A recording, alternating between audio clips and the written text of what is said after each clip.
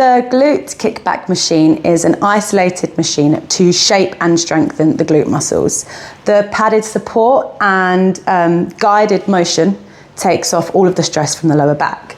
To adjust this machine to your height, it has a kind of moving top to raise the padded support or lower it, and you kind of want this just in support of your chest where you can hold the handles comfortably to take that tension off your lower back. You want to brace your core and just place your foot on the structure below to slowly push through, lifting the weight and slowly guiding back down.